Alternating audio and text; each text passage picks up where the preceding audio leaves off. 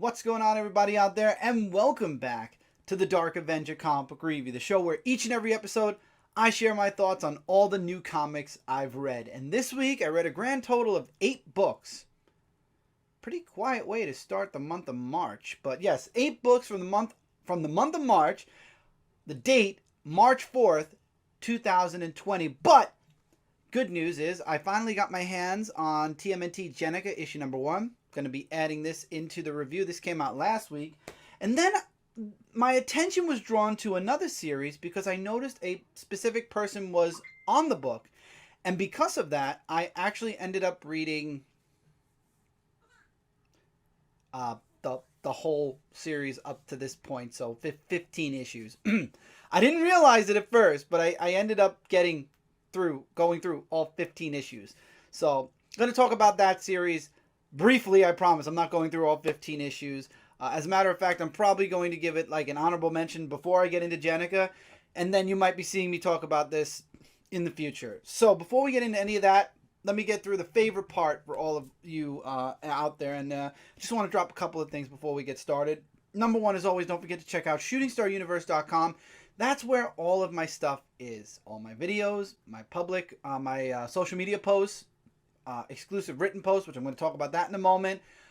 If you'd like to follow me across social media, Dark Avenger C86 on Twitch. It's Dark Avenger Gaming, where chaos is coming. What does that mean? We'll find out. I know. You'll find out. Jumping over, speaking about posts, I know I've been promising all of you for the past 2 weeks I was going to be making a post on why I brought these comic reviews back. And I finished it. And then I deleted most of it. Why? Chris, you've been promising this for 2 weeks now. You've been saying yes this week. And then last week you said no this week. And you keep promising every week. This past weekend, the past 3 days, I've come to this gigantic realization. And it plays heavily onto why I brought this comic review back. Why I am talking comic books more again. Why a lot of the stuff I'm doing on this channel is happening. And I felt it'd be a disservice to everyone if I posted that piece that I wrote without adding all of this realization that I came to this past weekend into that. And in all honesty, in this realization I had this past weekend, it honestly does change what I was saying and why I was bringing back the review, because now I have an even deeper purpose. So with that being said, I wanted to redo the post. I wanted to do it the way I finally made this huge realization, and I was talking to a few people about it, and I want to put that in this post because I think it's super important. Why? And it involves passion. It involves where my heart is, and it was like all this stuff, and honestly, it all came from a minor little outburst I had finally, where it wasn't an argument. It was just like I was talking about creatively things I was doing, and then it just all came out. And it's all, and all of it just brought me into this realization. I'm like, wow.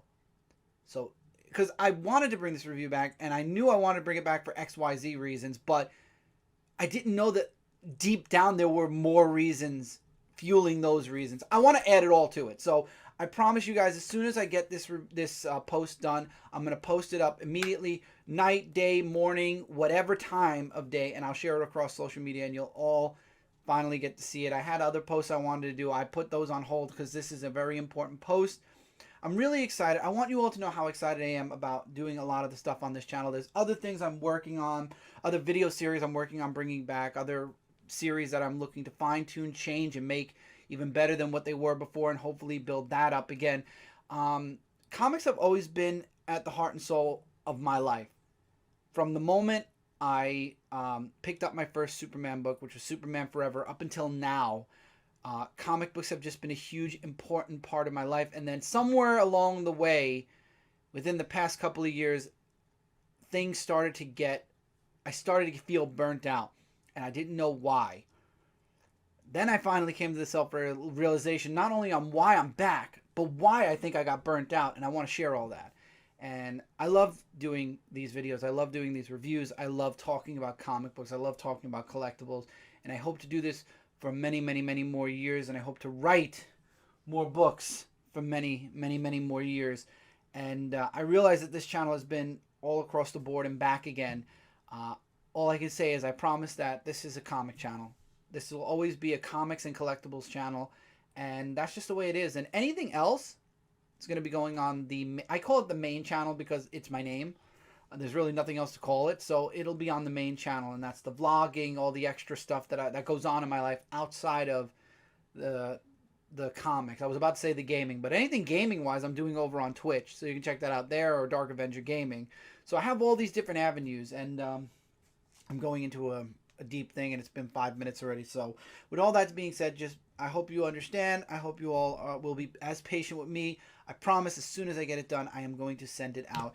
And finally, really quickly, and then we're going to get into the books, I got to give a huge thank you to Mike Spiderslayer, who shared with me this channel, Comic Palace. And I fell in love with the series. It's a documentary on a comic shop, the owner and the customers that come in, and they talk about comic books, they talk about what's going on, they talk about the movies, everything. I got sucked into the series, and I know Mike was saying the same thing, that he got sucked into the series, and then he caught up. Now I'm fully caught up, and I'm waiting for the newest one to come out. And it was an amazing series, and honestly, that's another thing that fueled my realization finally, to a lot of things going on within myself, and finally pushing forward to where we are today. And you all will read about it when the post comes out. But I got to give a huge thank you to Mike, Kat, and Brandt, who've been humongous influences on me, and who've been also huge supporters. They've been influences on me, but I meant to say huge supporters of me at my highest and at my lowest, to try to bring me back up to my highest. Without them, I honestly don't know where I'd be today at this point, because they've just been amazing support in multiple different ways. And I could sit here and talk for another 30 minutes about it, and I'm not going to do that. Maybe we'll bring Dark Avenger Live back soon, so this way we will be able to sit down and talk about it live. So with that all being said, new series coming. Well, not new series. Stop. You're already saying, Chris, you said nothing new. Returning series are coming soon. Comic Book Weekly, Flash 750 discussion maybe, and the post as soon as I can. I promise. As soon as I finish it, I will have it up for all of you. So with all that being said, let's get into the books I want to talk about this week. We're going to start off with FarmHand. FarmHand is a story that has the same artist as Chew. Now, I'm almost positive Mike Spiderslayer mentioned it a few times. It's 15 issues in, so this is over a year old already. So over a year ago, I wasn't really trying out a lot of the newer things coming out in the independents, and I could kick myself for that now, just because I missed out on this really fun series so far. I've really enjoyed it. I didn't realize I went from issue 1 to 15. I love the artist on Chew. And I like the premise of the book, where this guy grows appendages, arms, fingers, eyes, legs, and they attach to people and become part of their body, like regular body. But there's this whole underlining, there's a secret that the father's not telling his son. And there's a reason for why the father has this garden. And then there's this woman who was affected by the garden in a way as well, and she's working against the father. And there's all this crazy stuff going on. There was an attack on the father. Something happened to the son in the beginning of the series, and we don't really know yet. There's so much mystery attached to it, but I got sucked in. I really did. I'm probably going to end up... I read all this digitally. So yeah, you know that was fun, as I go to the next issue and more money. But anyway, I'm going to probably try to pick this up physically in trade. And then as soon as I can catch up in trade to whatever... I think we've got 2 books out for FarmHands already. The 3rd book is being worked on now. I might see if I can start getting single issues after that, because FarmHands, I've enjoyed it. I really... Anyone who's a fan of Chew, you might enjoy FarmHands. Definitely give it a check out. The first issue brought me in for sure, and then I just... a couple hours later, 15 issues later, Lord knows how much later, I caught up and I was like, oh, there's no more. But there is more. There's just no more yet. I'm caught up to present day. Now we're going to continue forward. I love the series. I really had a fun time with it. And if you like the weird, if you like the artist from Chew, if you like something that's outside of the big 2, FarmHand might be something you want to check out. So I'll put something up for FarmHands. Maybe I'll put like the first issue cover up. I'm not sure. but I'll find something for Farmhands. Now, I don't have to put anything up for this because I have the physical book right here. TMNT Jennika, issue number 1. This is the standard cover. I really should have gotten... if I would have known about the cover RIA, I might have tried for it. But anyway, Jennika is now in Mutant City, I believe it's called. Is it Mutant City? It's a little town inside of Manhattan where all the mutants are right now. And she's kind of like making sure all the mutants are taken care of, that they don't leave, because there are boundaries. And if they go into the the unmutated part of New York, the Bishop's group are out there looking to hunt them down. So the mutants have to kind of stay in Mutant City or Mutant whatever. And this one rabbit ends up escaping. He goes out. We don't know why at first. We find out. She has a couple little flashbacks, bumps into Casey Jones for a little bit. And she brings this rabbit back. It turns out he just wanted drumsticks. He's a drummer in a band. And it goes back to another memory where she used to be, she used to go to this club and she used to dance a lot. So she goes there. She ends up getting into a fight. Ex-boyfriend shows up. And we find out that the ex-boyfriend ended up leaving her at a crime scene. And she ended up going to jail for a while because of it. And now the possibility, she wants nothing to do with him. But apparently he might have the cure for the mutant gene that all the people are suffering from.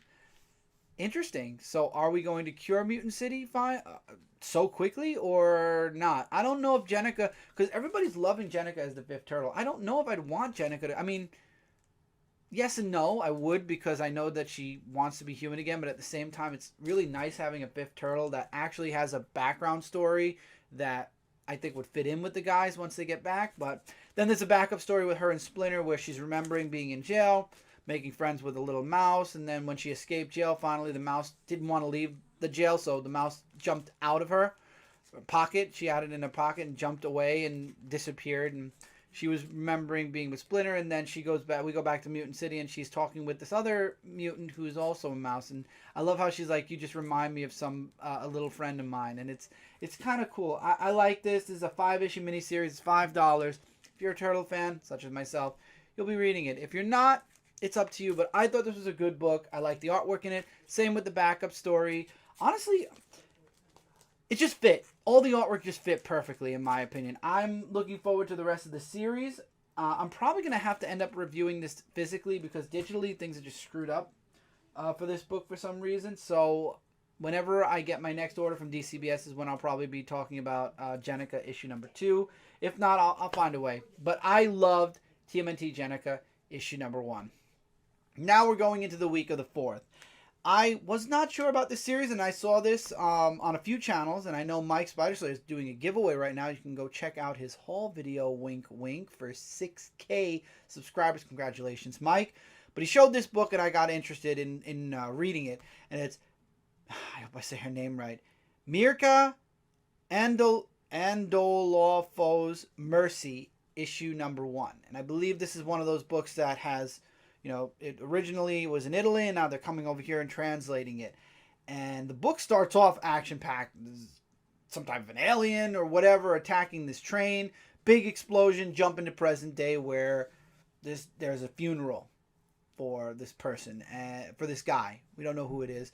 But we get introduced to a bunch of different characters throughout this. We get introduced to this little girl who has an uncle who forces her to work, who's waiting for her mother to come back. Her mother disappeared, and she swears one day her mother's going to come back. You have this group, this elderly man, and I forget her name now. It starts with an H. I'll catch up on names as we move forward, but they're coming into town, and there's something very, very mysterious about them, and it plays into a little bit. There's also a mother in the book who runs a brothel, and she's having flashbacks about what happened on that train because she was one of the people who survived the explosion on the train.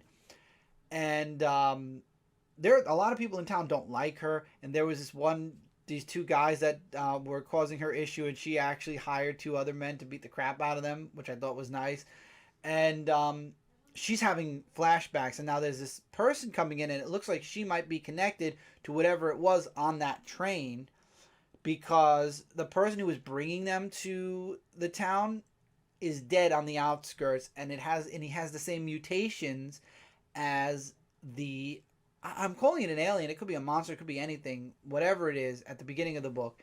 Very, very interesting. And I have a feeling that the butler, who's really not a butler, but she talks about not wanting to be in the human form, doing all this other stuff. So apparently, whatever they are, they like eating humans, and they're only faking their language, being human and everything to get something. What is that something? I'm curious to find out. Artwork was beautiful in this book. I am hooked. I'm hooked from this issue. I'm very hooked on this series. So I'm looking forward to seeing what happens next with Mercy. I'm calling it Mercy from now on. But I'm actually very interested. I might actually grab the, I think there's an Art Germ variant for Mercy issue 1. I have to find out. But if there is, I definitely want to get my hands on one. And you definitely should check out Mercy issue number 1. I think it was a really interesting read. If you like things out there, this was definitely something out there. Speaking about out there, though, Ghostbusters Year 1, issue number 2, focusing on Ray this time. Goes all the way back to when Ray, Egon, and Peter were in college. As a matter of fact, it goes back to when Ray gets introduced to Egon through Peter, because Peter and Egon were in this class together, women's studies or whatever, and he convinced Egon to stay, and then he's like, Egon, this guy Egon, he has the same kind of passion and thoughts that you do on parapsychology. You guys would be like best friends, and they end up starting to talk with one another and sharing notes and whatnot. And these girls passing peace like, yeah, you guys go have fun. I'm gonna go have fun over here. Have fun talking about whatever. And it's cool to see how they all became, or how Egon and Ray became friends through Pete. And also, it's weird seeing their bushy hair. Also, in the interviews at the beginning of the book, I love how Dana's there, and then you have the two students of Peter Venkman at the beginning of Ghostbusters 1, the one where he was doing the electrotherapy, how the girl loved him, but the guy hated him because, if you remember in the movie, he shocked the guy all the time. I loved it. It was a wonderful callback to Ghostbusters. But anyway, we go into the story for Ray now, and he talked about the librarian. Now, if you played the video game, you know that it was revisited a different way, but obviously the video game and the comic book are going to go in two different directions. So I love how the interviewer was like, wait, you ran out on that ghost in the library. Did you ever go back? And he's like, oh yeah. And then we get the story about him. This is after Stay Puft, obviously. They went back to the library and did it for free because they ran out on the guy the first time. I love how Ray did it for free, and Pete's like, we need money. And he's like, no, we're doing this for free. We ran out on this guy. And they actually finally are able to capture the librarian, and they bring her in. And this was a fun story. If you're a Ghostbusters fan, honestly, I'm debating getting the first issue and this issue and going into the single issues. I think it's only 4 issues anyway. I might. I'm tempted. I'm loving reading this digitally, and I wanted to get the trade, but half of me doesn't want to, because I'd love to have all 4 issues. And if I ever go to a convention where Schoening or the writer of the book, whose name just out of my head for right now, if I could get it signed, I'd love to put all 4 on autograph wall. I love it. I love Ghostbusters. This was a fun book. I enjoyed it immensely, and it's something, if you're a Ghostbusters fan, you're going to want to read. Birthright, issue number 42. Wow, I really did do it that way, didn't I? I did Independence, Marvel, and DC. I didn't even realize I didn't mix things up, because all the books kind of connect this week. Anyway, Birthright issue number 42. Mikey on the defense. He has all these, he has the prophets that sent Lore to Earth, that call him a false prophet, and he's using them to bring Lore in, and then Lore brings in these sleeper agents, so these agents that turn into the human, but they turn into werewolves, and they start attacking, and it was all a ruse to end up killing the prophets, because apparently, I guess, Lore doesn't give a shit about the prophets after all. But Rook gets free from Lore's capture and goes to find Mikey, and he actually does find Mikey while Mikey's in the battle. However, they're being attacked by monsters. Rook is a monster from Tyranno, so they attacked Rook, and poor Rook, my heart broke by the end of this issue. So Mikey finally gets reunited with Rook, and you see all these memories he has at the end of his life, and he's like, I knew I'd find you. And then he kind of, I really hope he passed out and he didn't die, but I have a really strong feeling he died, because they filled him full of bullets good. And so the prophets are dead, Rook's dead. This war has taken some deep cuts already, and we're only 2 issues in. 2 issues in. There's still 8 more issues to go. Oh man, and you know we haven't seen Brennan, and we haven't seen the person he tried to save, who was under Lore's spell as well, the wizard who was under Lore's influence. I'm wondering if he ended up saving her, and there's going to be like some type of a twist, red herring towards the end of the fight, maybe. But I'm curious to see what happened with Brennan. Everything's so quiet with Brennan right now. It's crazy. But I love Birthright. Birthright has been my favorite book since issue number one. Brant made me read it, and I was like, "Oh, Brant, you just got me hooked on this series." And then you find out that it's going to end at issue 50. I hope that there's a follow up. If there's a possibility for a follow up, I would love a follow up to Birthright. It's been an amazing ride. I've just been loving it. Going into Marvel, we have Spider-Man Noir issue number one, black and white. I love the art in the book, but the story didn't hook me. As much as I tried with it, I just the way that the characters talk, the way that the story is going. I felt like I've read The Shadow, I've read From Dynamite before, where they go back into that time period, and I don't know. I just didn't feel it. I wasn't feeling it. It wasn't feeling from it. It was okay at best, but not something that I really enjoyed. It took me a couple of times, like I went on to other books and then came back to it. I just didn't enjoy Spider-Man Noir as much as I wanted to. And I don't know if I'm going to come back for issue number two. I'm kind of 50-50, more swaying towards no, because there's so many other new things coming out from Marvel. It just didn't hook me this first issue. I wanted more. The artwork was great. Like I said, it was really great. I don't know. We'll have to see when issue 2 comes out if I decide to read it. It was all about Black Cat. Her bar got attacked. And I don't know. It took me a little bit out of it. And I don't know. I don't know. I want to say I'm dropping it definitively or I'm keeping it definitively. I'm so on the fence because I love Spider-Man Noir. But I'm not feeling it like Spider-Man Noir when they first made it. That other miniseries where they did the Noirs and they did Spider-Man. I love that one. I don't know how I feel about this one yet. Kind of weak. We'll see. I normally don't read this book, but because of the cover and because of who's guest starring in it, I read it. Black Cat issue number 10, guest starring Wolverine. And they're stealing from Kilgore. Cade Kilgore. They end up stealing some stuff from him, and it's mostly Wolverine stuff anyway. And it becomes this huge chase because he has all these bounty hunters now in Mandapore chasing after them. Deadpool even jumps into the mix and tries to kill Logan. I love how Deadpool's still not a complete good guy, not a complete bad guy. He's just a mercenary. So it was fun to see that for a moment. And they've been running around with these glasses, and he's like, just put the damn glasses you stole from me on. And she's like, no, you're going to burn my eyes out. And he's like, no, I'm not. And then she says, hey, Logan, why don't you try? He's like, no, he's going to burn my eyes out. No, I'm not. And then she asks, could you really burn my eyes? He's like, yes, of course I can burn your eyes out.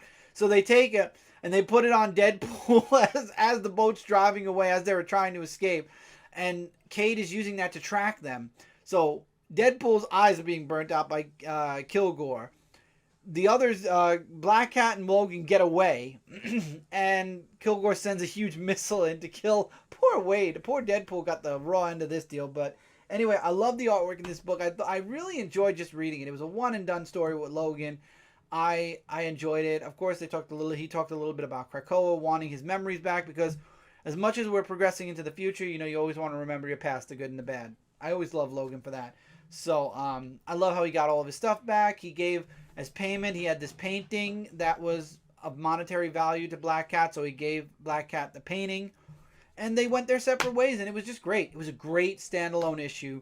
And am I coming back to Black Cat? Probably not. It was just a really fun, one-and-done story with Wolverine, who the book starts off with him dressed as Patches, and then it ends with him dressed as Wolverine, but it was just a wonderful one and done. I enjoyed it. Maraurders, issue number 9. So, Pyro is somehow lost in some type of a fantasy. He's on the island, but he's stuck in a fantasy where he's taking Jean on a date, they're making out, and it's like, you're reading the book, you're like, what's happening here? And then you find out that Emma Frost figured out that Pyro has somebody messing with his mind, and it turns out it's Yellow Jacket, and Yellow Jacket is working for the new little kitty Hellfire Club, and she goes in, and she tricks him into getting out of Pyro and getting all the information out of his head and basically erasing his brain and all the stuff in his head and sending him away. And then she leaves a message with Pyro with the Hellfire Club, and then she leaves. This was a really nice one and done story as well. And Pyro, Pyro was good in this. This was a very good book. This was a fun read this week. I really enjoyed it. And I love how she's like, I don't have time to play games with these kids. I got other pressing matters, because they're talking about what, the imminent funeral for Kitty Pryde coming. And very interesting. It's interesting. I have a feeling the Hellfire Club are going to be the little enemy, the little problem that the Marauders have to deal with. Artwork in the book always good.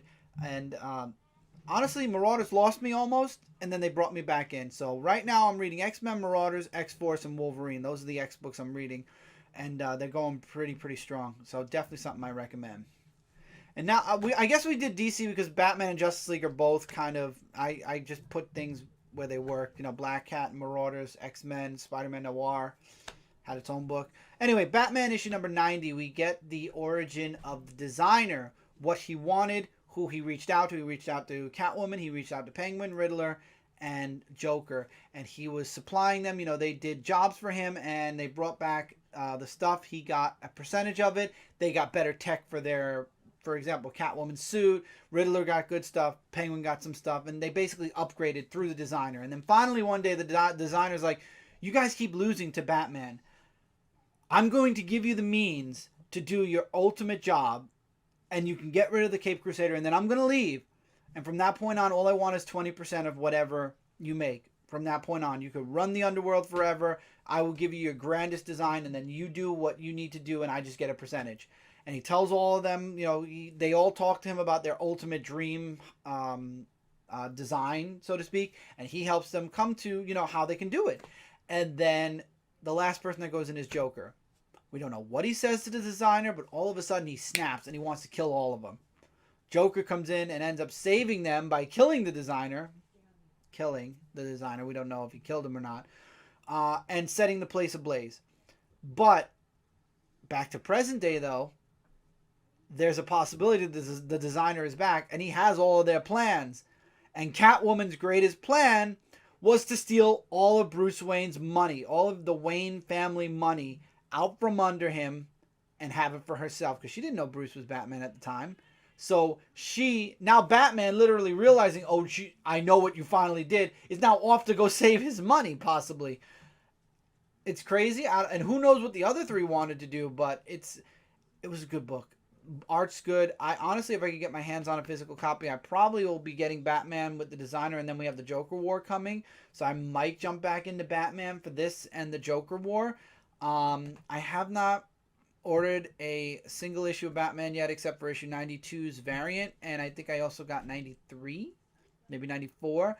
So I'm going to see if I can catch up with Batman. I'm trying to get my hands on 89 and 90 to start off with. I know the first printings are gone for now because first appearances, and everybody and their mother's trying to find that book, because everybody's like, first appearances, money, slab it, save it, sell it on eBay for $1,000. I mean, I'm okay with a second or third printing. It doesn't bother me none.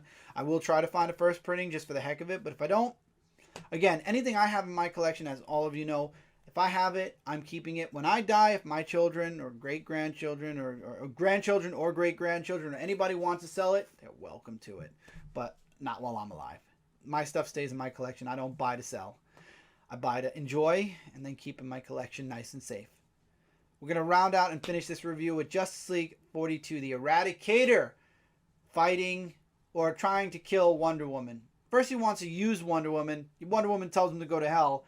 And then he decides to, okay, you're not going to do it. I'm going to just eradicate you. And then, of course, thank God for Sodom Yat, he tries to help her. He breaks his promise and using a bazooka, which I don't know where he pulled that out of, but he used a bazooka and tried to stop the Eradicator. Justice League is trying to come up with a plan.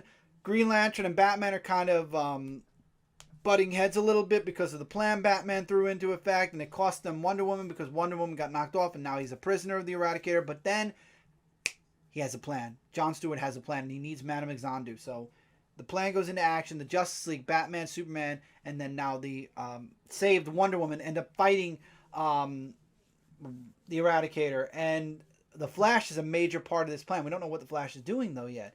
So he finds a way to distract all of the Daxamites or the Daxamite clones and the Eradicator, and they chase after him.